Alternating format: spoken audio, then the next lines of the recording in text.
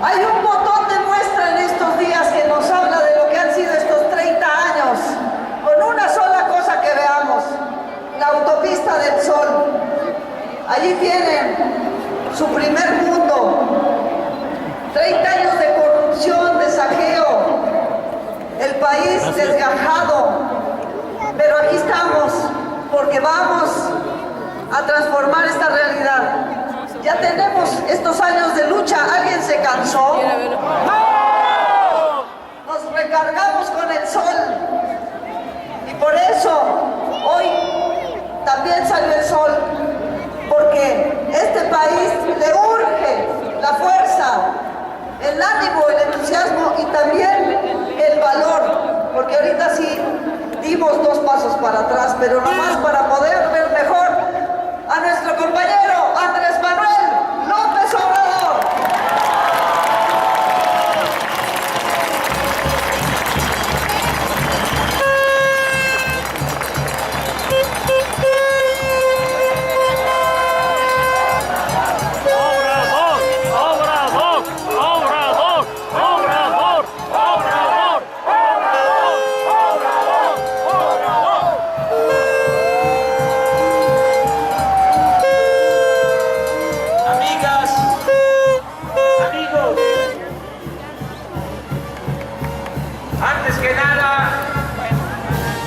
Nuestra profunda solidaridad a todos los afectados por las inundaciones en distintas partes del país. Seguiremos ayudando a nuestros queridos hermanos de Guerrero, de Veracruz, Tamaulipas, Sinaloa y de otros estados en desgracia. Les propongo que guardemos un minuto de silencio por las víctimas. Comenzamos.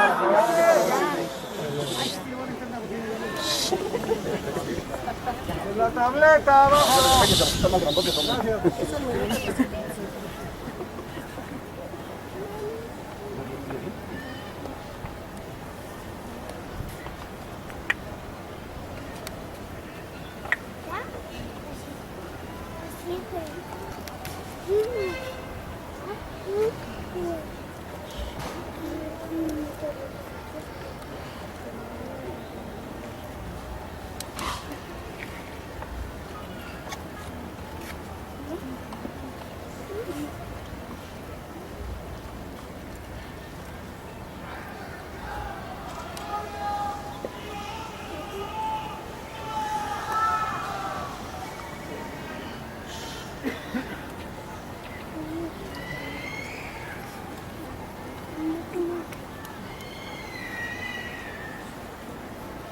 Muchas gracias.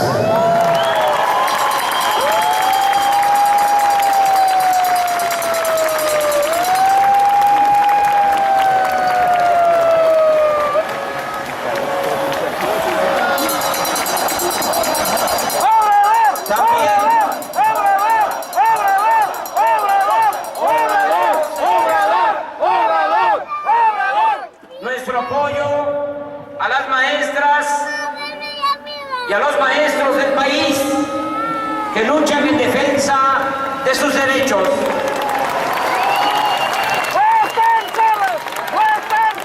Manifestamos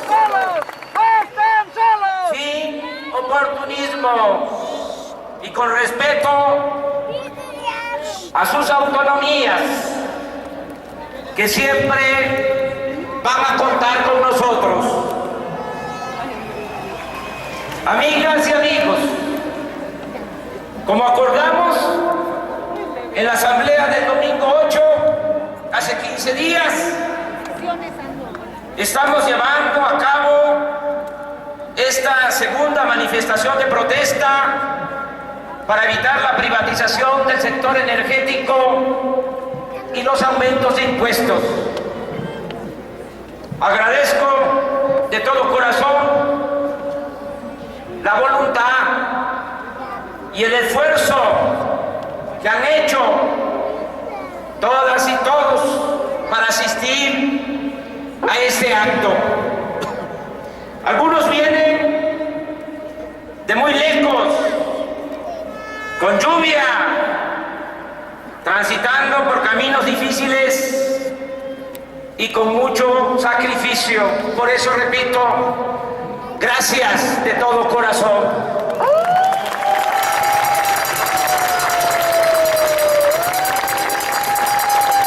Hoy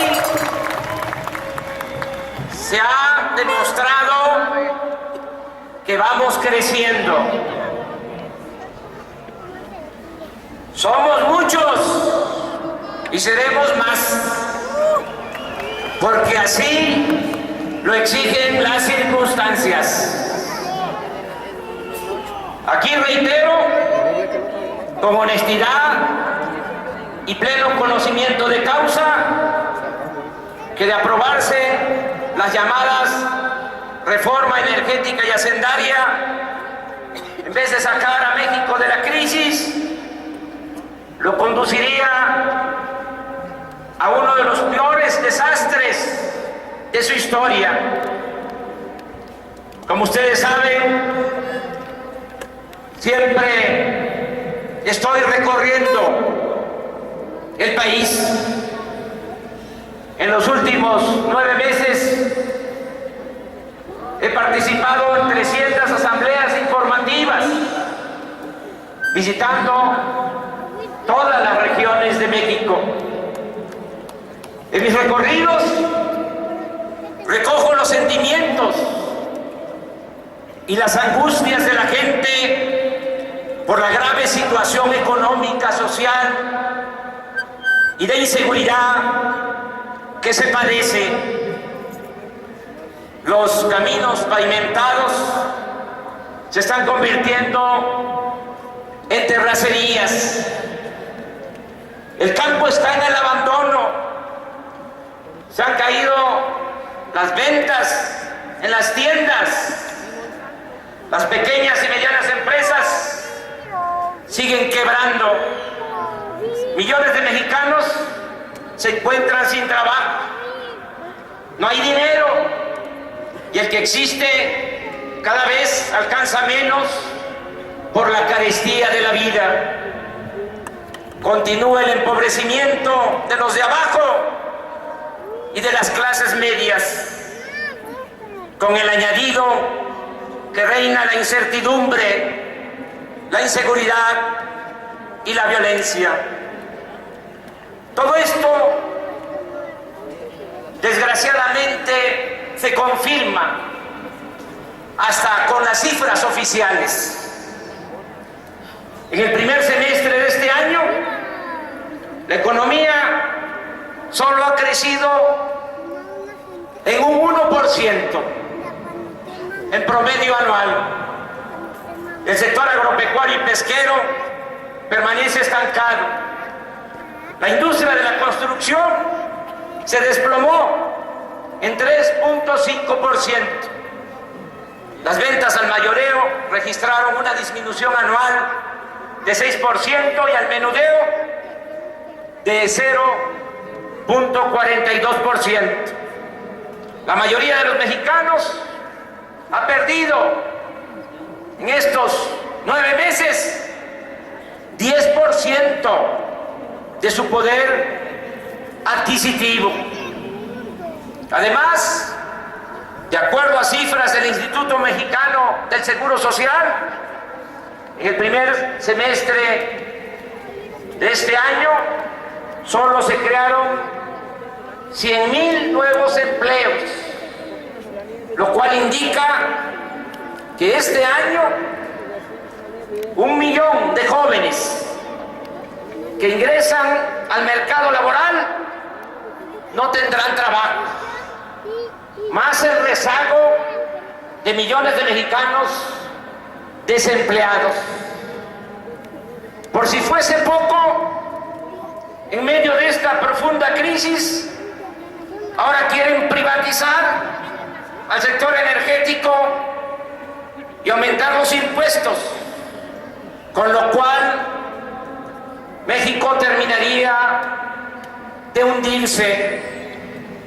Si no fuese tan grave este asunto, hasta nos esperaríamos al 2015 para decirles: se volvieron a equivocar, se los dijimos, pero ya basta. El afán de lucro de una minoría no debe prevalecer, y menos a costa del sufrimiento del pueblo y de la destrucción de nuestro país. No tenemos ninguna duda acerca de lo que sostenemos.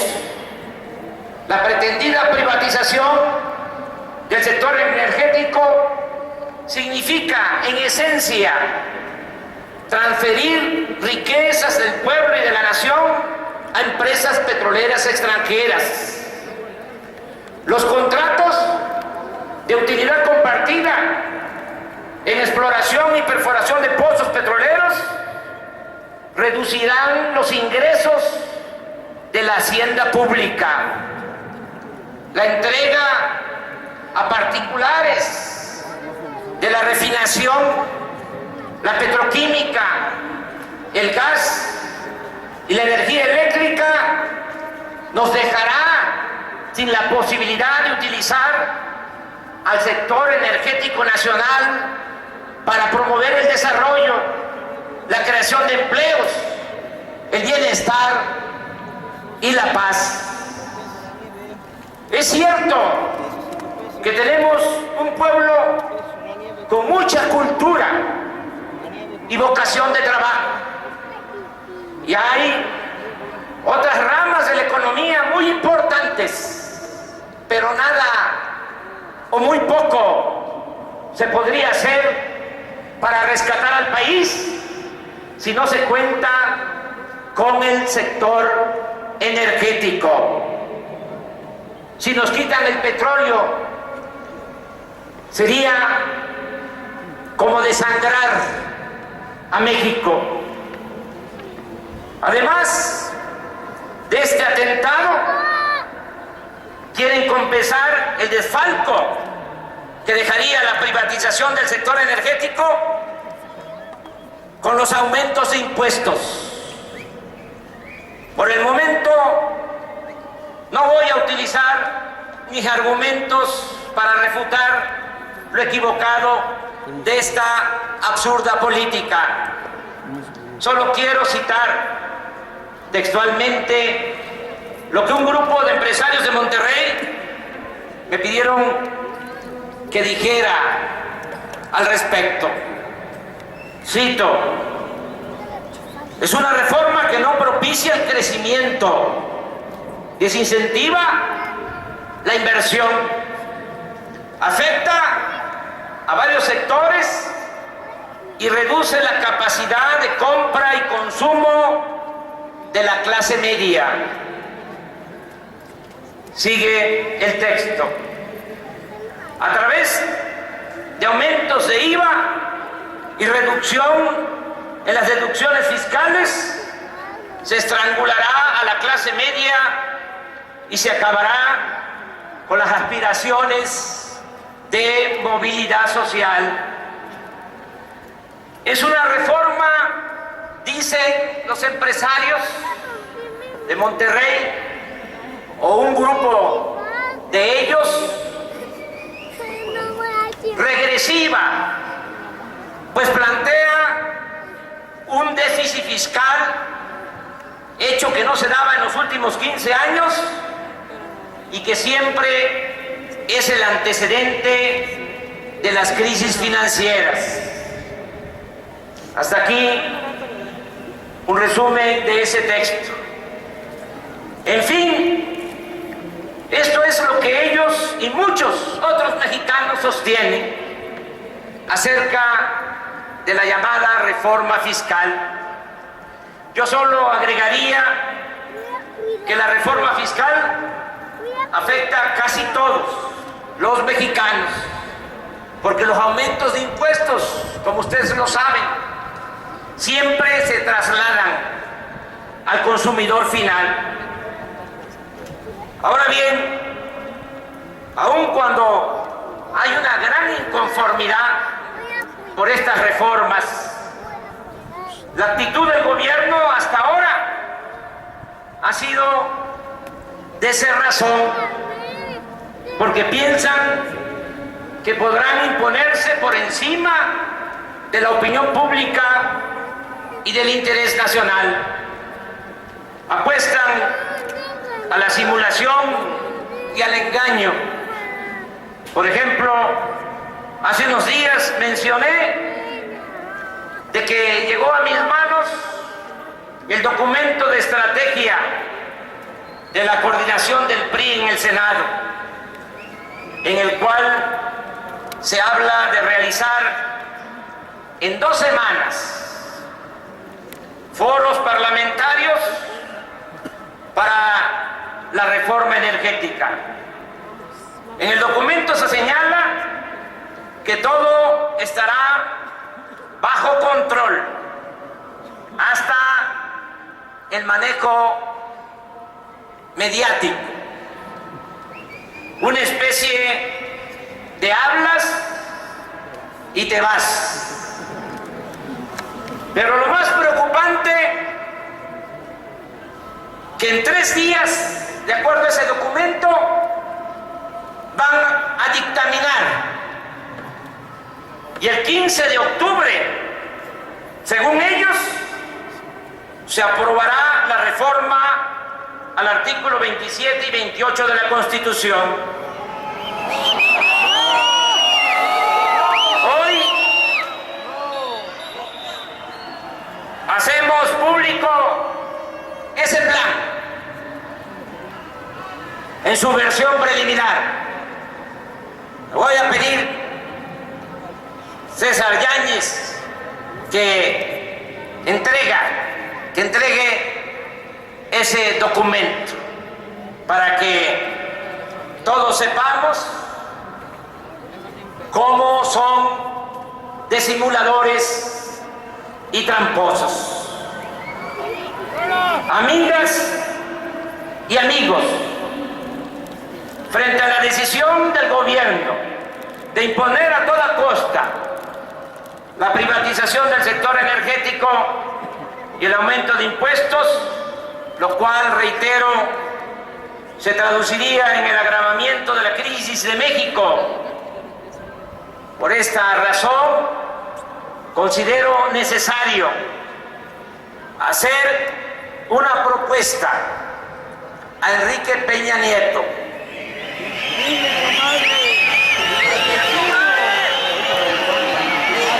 Considero necesario hacer una propuesta pública de cara a la nación a Enrique Peña Nieto,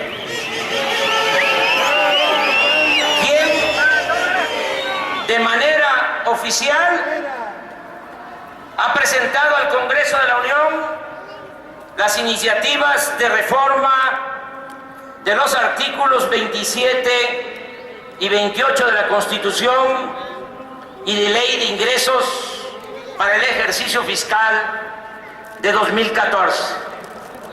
Antes, debo decir que me dirijo a Enrique Peña Nieto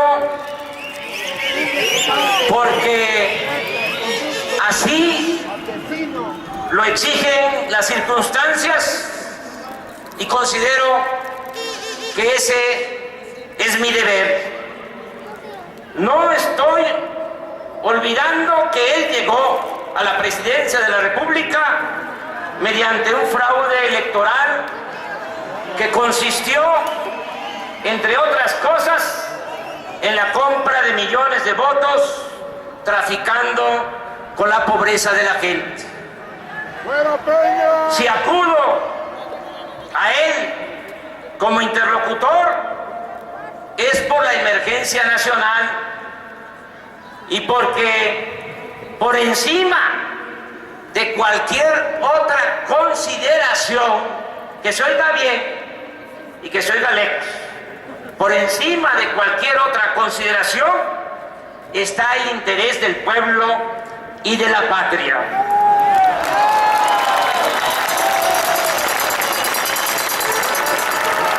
Nosotros, los que estamos aquí, y muchos mexicanos, no queremos reconstruir al país a partir de escombros y de mayor sufrimiento de la gente. México y su pueblo merecen desde ya progreso, justicia, bienestar y paz. Mi planteamiento a Enrique Peña Nieto consiste en lo siguiente. ¿Me van a escuchar? Les pido, por favor, que escuchen mi planteamiento. ¿De acuerdo? ¿Me tienen confianza? Le propongo a Enrique Peña Nieto que haga un exhorto al Poder Legislativo y a su partido para que se consulte al pueblo de México antes de que se dictamine y se someta al Pleno de las Cámaras la reforma energética.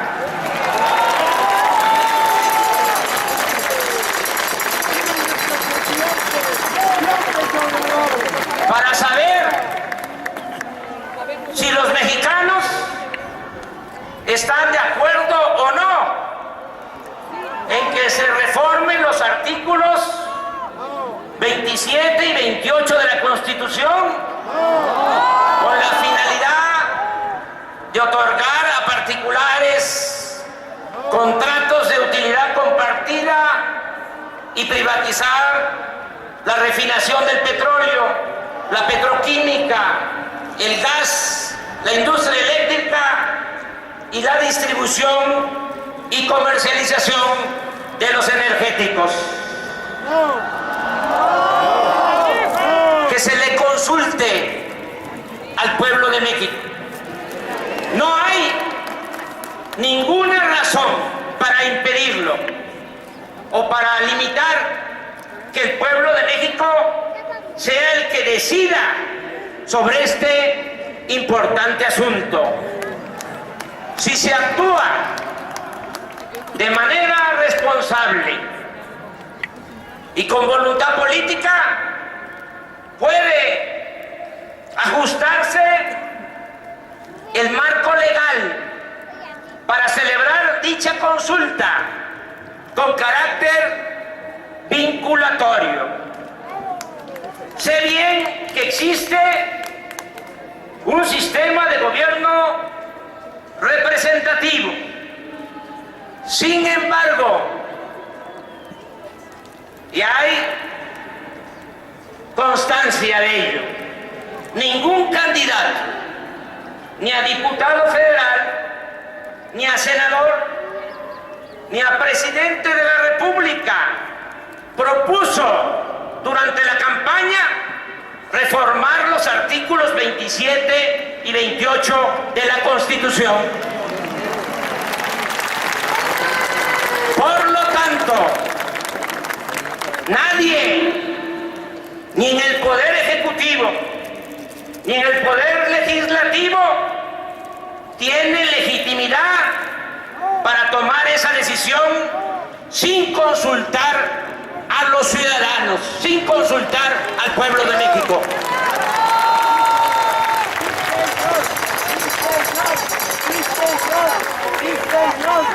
Esa es precisamente la importancia de la democracia participativa, la de preguntar al pueblo soberano sobre los asuntos que le atañen de manera directa.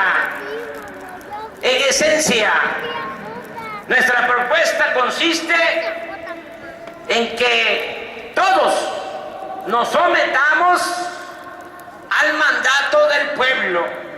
En una democracia es el pueblo el que manda.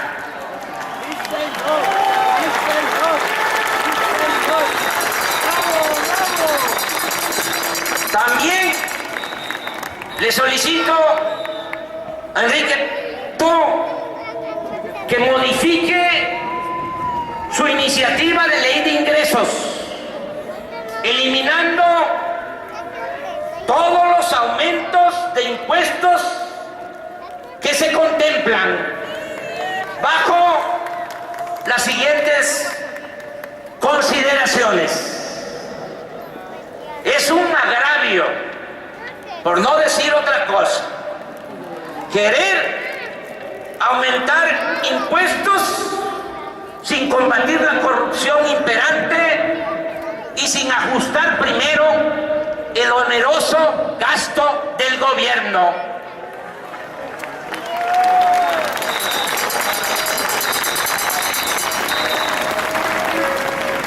Hoy una mujer, una ciudadana extraordinaria, traía en la marcha una cartulina, un cartel que decía: no se necesitan tantas reformas, lo único que se necesita es que dejen de robar.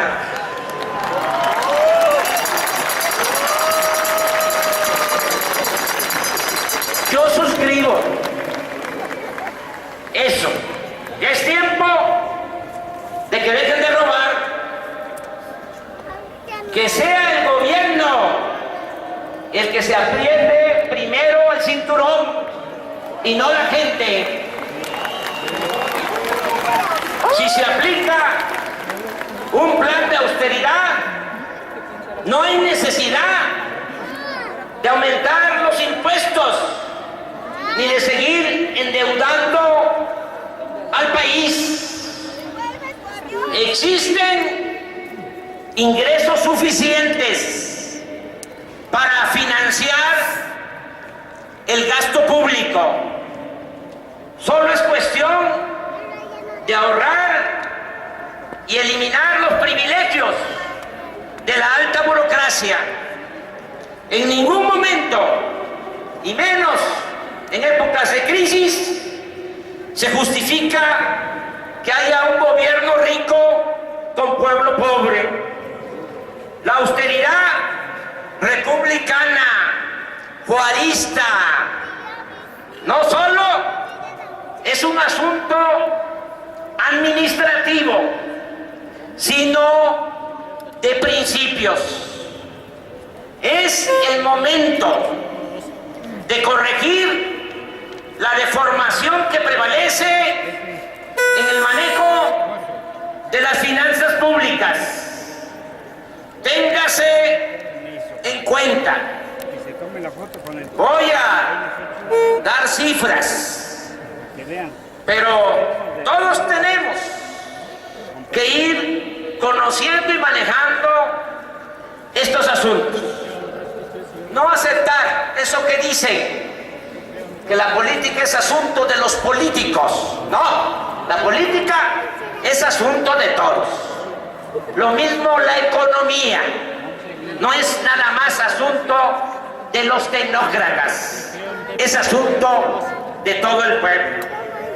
Téngase en cuenta que del año 2000 al 2013 el presupuesto pasó de 1.239.000.000.000 de pesos a 3.921.000.000.000 de pesos. Estamos hablando que se triplicó, y el gasto corriente del gobierno subió de 705.000.000.000 de pesos en el año 2000 a 2 313.000 millones en el 2013. Es decir, el presupuesto en estos últimos 13 años se incrementó en 11% anual y el gasto